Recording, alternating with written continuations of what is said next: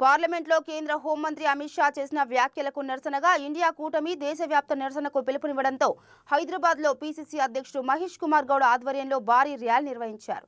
అమిత్ షా అంబేద్కర్ను కించపరుచుకుంటూ మాట్లాడారని, అందుకు ఆయన దేశ ప్రజలకు క్షమాపణ చెప్పి తన పదవికి రాజీనామా చేయాలంటున్న ఎంపీ అనిల్ కుమార్ యాదవ్తో మా ప్రతినిధి భవిత ఫేస్ టు ఫేస్. పార్లమెంట్ సాక్షిగా అమిత్ షా అంబేద్కర్ పై చేసినటువంటి వ్యాఖ్యలకు దేశవ్యాప్తంగా ఇండియా కూటమి నిరసనలకు పిలుపునిచ్చింది. ప్రస్తుతం అంతా పాటు ఉన్నారు ఎంపీ అనిల్ కుమార్ యాదవ్. సార్, మీరు దేశవ్యాప్తంగా పిలుపునిచ్చినప్పటికీ కూడా ఎన్ని నిరసన కార్యక్రమాలు చేసినప్పటికీ మోదీ నుంచి ఎలాంటి స్పందన లేదు. ఎందుకు నిరసన కార్యక్రమాలు చేయాల్సి వస్తుంది? ధర్నా చేయడానికి ముఖ్య కారణం ఏంటంటే అమిత్ షా గారు మొన్న పార్లమెంట్ సమావేశంలో మాట్లాడుతూ బాబాసాహెబ్ అంబేద్కర్ గారిని క్రిటిసైజ్ చేసుకుంటే మాట్లాడారు. అంటే ఈ రోజు ఎవరైనా బాబాసాహెబ్ అంబేద్కర్ పేరు తీసుకుంటే అది ఒక ప్యాషన్ అయిపోయింది.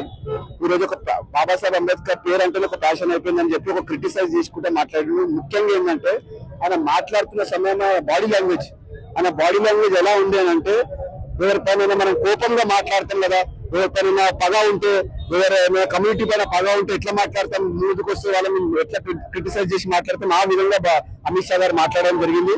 మేము అమిత్ షా గారిని వెంటనే బహిరంగంగా క్షమాపణ అడగాలని డిమాండ్ చేస్తున్నాం. దాంతో పాటు రాజీనామా కూడా చేయాలని డిమాండ్ చేస్తున్నాం. రాజ్యాంగ నిర్మాత బాబాసాహెబ్ అంబేద్కర్ అంటే ప్రతి ఒక్కరికి గౌరవం ఉంది. వాళ్ళని ఎక్కడ కించపరిచినట్టుగా మాట్లాడారు. కావాలని కాంగ్రెస్ పార్టీ దాన్ని రాజకీయం చేసి చూపిస్తుంది అని చెప్పేసి బీజేపీ నేతలు అంటున్నారు.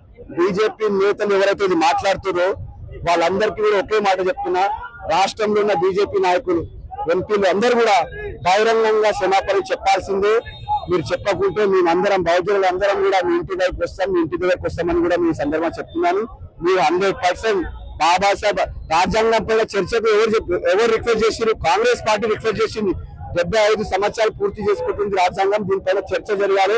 చర్చ జరిగితే ప్రజలకు తెలుస్తుంది రాజ్యాంగం ఎట్లా వచ్చింది, రాజ్యాంగం ఎవరు రాసిరు, బాబాసాహెబ్ అంబేద్కర్ ఏ విధంగా రాజ్యాంగాన్ని రచించింది కూడా అవన్నీ ఈ జనరేషన్ కి తెలుస్తున్న ఉద్దేశంతో మల్లికార్జున ఖర్గే గారు రాసిన లెటర్ కి ఓం బిర్లా గారు యాక్సెప్ట్ చేసి 2 సభలలో, లోక్సభలలో, రాజ్యసభలలో ఈ చర్చకు అనుమతి ఇవ్వడం జరిగింది. దానిపైన వాళ్ళు కావాలని బాబాసాహెబ్ అంబేద్కర్ గారిని క్రిటిసైజ్ చేయాలని మెంటలీ ప్రిపేర్ అయ్యి వచ్చిన అమిత్ షా గారు ఆయన అనుకున్న పని చేసిండు.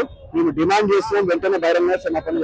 ఖచ్చితంగా అంబేద్కర్ పైన చేసినట్టు వ్యాఖ్యలకు బీజేపీ ఖచ్చితంగా క్షమాపణ చెప్పాల్సిందని చెప్పేసి అనిల్ కుమార్ యాదవ్ డిమాండ్ చేసిన పరిస్థితి. Camera person Srikanth, white house 6 TV.